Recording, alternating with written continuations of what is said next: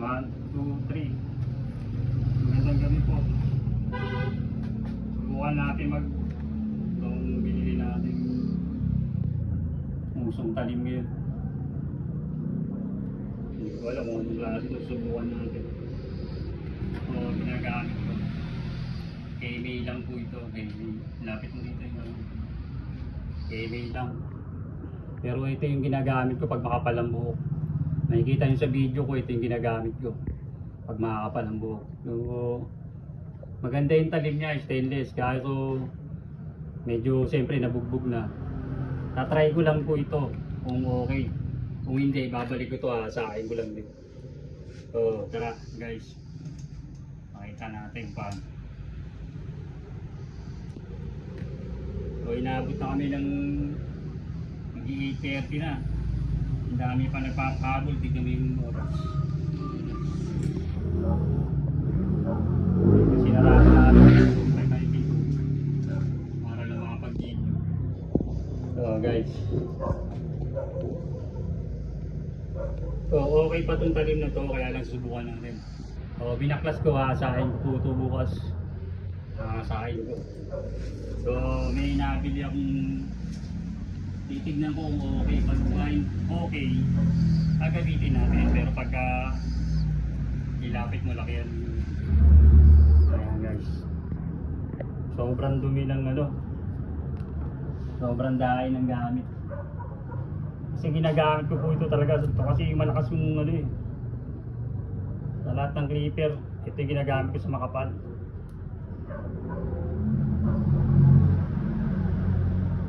So ayan, meron pala siyang protector na po. Ayan. Kaya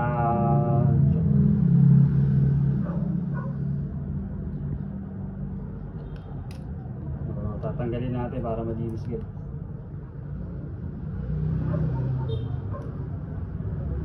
Tanggalin na natin guys to. Ayan. Para malinisan natin lahat.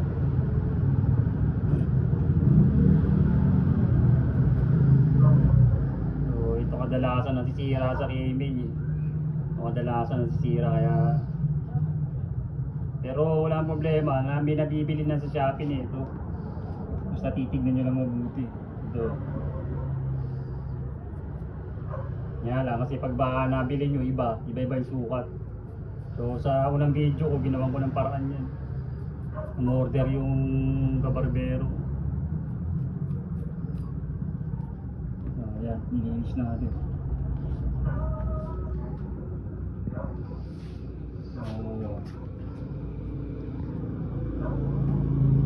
Napakadumi na guys, napakadumi. 1 year ko na rin nagamit to. 1 taon ko na rin nagamit.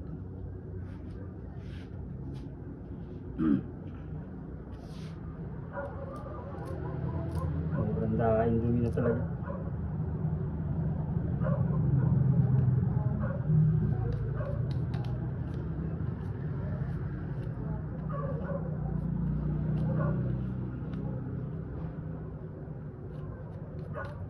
So KMA guys, okay yung mga KMA.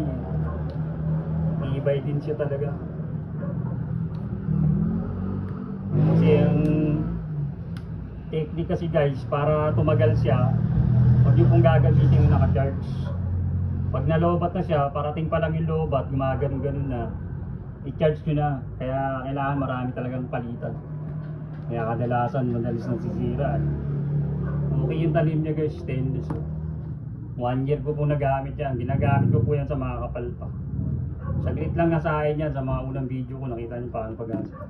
Kaya lang, gusto ko lang subukan tong talim na to. So guys, hindi ko alam anong tatak nito. Mura lang to. Hindi ito mamahalin. Mura lang po ito. Yan, yan yung tatak niya.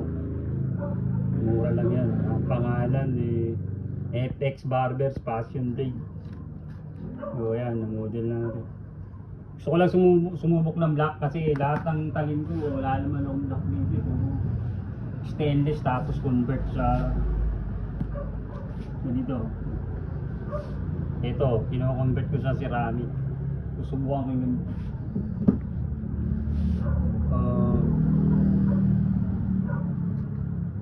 So guys, yung foam niya, sira na yung foam niya.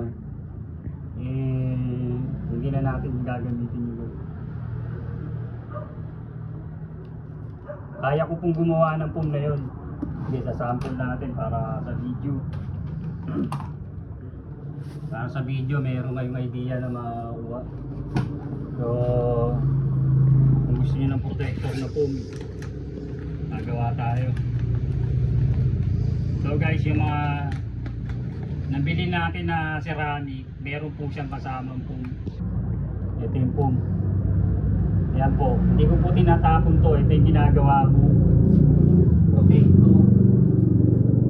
Protector na foam. So, napakasimple lang guys. Ito yung butas.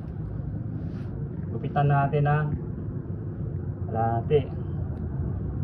So, ito guys, kalahati, no? Mutasan muna natin. Ayan guys, pa-triangle lang. Ayan, napakasimple lang. So, may butas na guys. Napakasimple lang. Ito ay unahin muna natin itong protector. Yung protector niya, palalabasin lang yung ulo. Ayan o.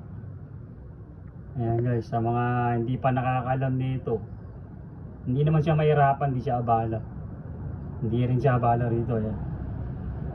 So, protector, napakaganda ng foam. Kaso nga lang, pinagkaiba sa mga hindi pa nakakalam nito. Kaya pinapakita ko. So, ang pagkabit nito talaga guys, mahirap din to minsan. Yung iba hindi pare-parehas talaga nito. Lalo na ang hirap makatago niyan.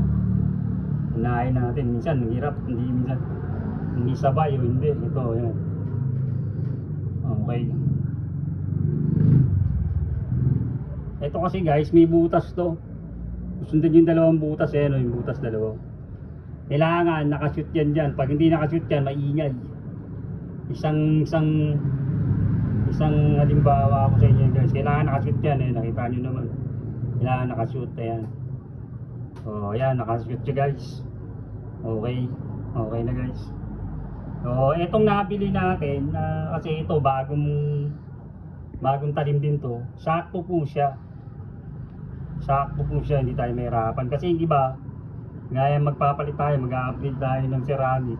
Maluwag po yung ceramic, pinapatakan ko lang ng mighty bali. Ito, wala tayong problema, sakto guys. Okay. Kaya testingin natin kung okay siya. Hindi kasama pa siyang free na ganito. Hindi naman natin magagamit. May sticker siya na ganito. Ito yung pangalan.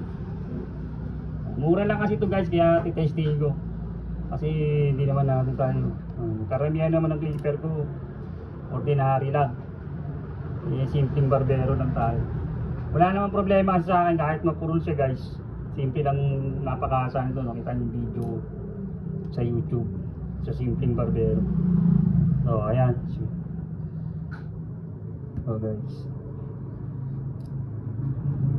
kaya yung mga iba kasi nito, lalo na sa mga baguhan, pero yung mga veterano talagang magagaling din. Sa mga baguhan, so guys, huwag nyo munang hihigpitan. Yung saktong ano lang, para magagalaw natin, saktong galaw lang. Ayan guys. Kasi alam nyo bakit di ko hihigpitan, nakita sa unang video. Diretso nyo, papaandarin nyo muna. Ayan, lapit nyo sa video. Papaandarin nyo, tapos higit na nyo siya kung sakto. Yan guys, ito mo, sakto. Saan nyo patayin nyo ulit. Okay, saan nyo ngayon hihigpitan. Karamihan kasi ng iba nito, sinisiro. Ako guys kasi hindi ko masyadong sinisiro, hindi naman to pampig. Ginagamit ko po ito pang makapalan lang. Yung sinisiro guys, pampig, gagaya nito. Pinampipig ko. Ayan, nakasiro siya. Kailangan nakasiro talaga. Ito, hindi ko naman ginagamit sa makapal yan. Gaya nito. Lagpas pa sa zero to. Yan, ginagamit ko pang paint pag makapal. Nakalagpas sa zero ito. Hindi ko po ginagamit to sa pang paint. Ang ginagamit ko tong clipper na to sa pang makapal lang. Ayan guys, paandarin natin. Ayan. Nakikita nyo, bago nyo higpitan, kailangan nasa loob na siya, sakong-sakto. Ayan. Okay guys, kailangan yung galaw niya nasa sakto. Nasa sakto yung loob ng... Huwag nyo masyadong higpitan ng konti para magagalaw nyo pa. Ayan. Ayan, tapos i-align natin ulit. Ayan o. Okay guys, nakita mo, sakto. Ayan o. Oh. Ayan o. So, ngayon lang ako nakapag-video ulit. Saka natin siya iipitan.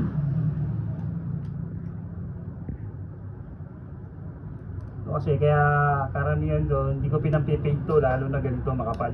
Mabigat kasi ito eh. Pag pinampaid mo to, nakakasugat yung mga ganito mabigat. Kaya mas maganda yung pinipaid, yung magagaan, kagaya nito. Plastic, ito ordinary yung pinampipaid ko kasi pwede mo hindi na. Ito kasi makapal. Pag pinampipaid mo to, nakakasugat din. Pero sa mga veterano, walang problema kasi magagaling talaga. Sa mga baguhan lang po ayan, sinisilip ko lang muna kung okay na yun. Saka natin dito. So, ayan guys. Bigyan natin ng konting lang.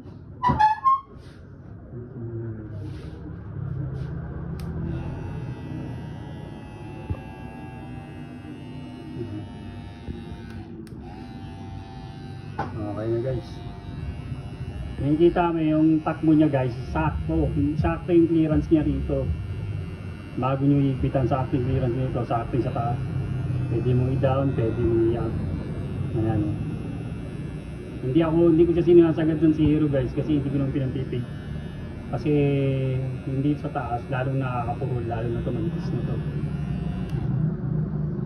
So, ipitan na natin guys. So, medyo mababa pa ng konti. Guys, medyo mababa pa yung zero niya. Pwede pa natin natas ng konti. Baba lang natin ng konti guys, masyado pang mataas. Ayan. Ayan.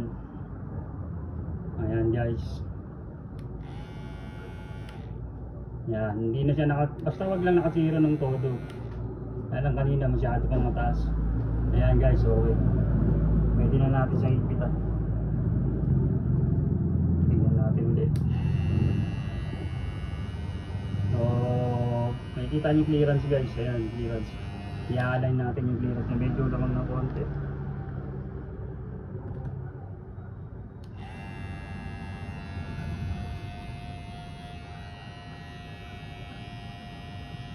Ayan guys, sakto na guys. Pati yung taas, medyo inano ko ng konti yung clearance niya rito sa pag-zero niya kasi kailangan talagang konting nakaano. Kanina masyadong mababa. Ayan, sakto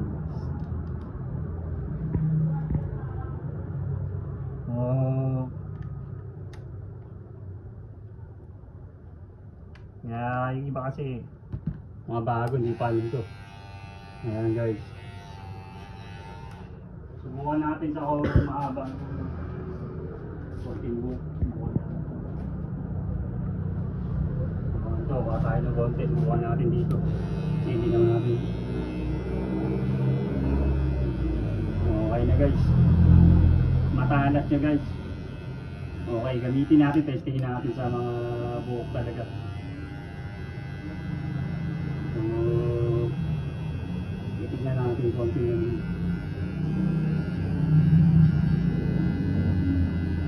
Okay guys.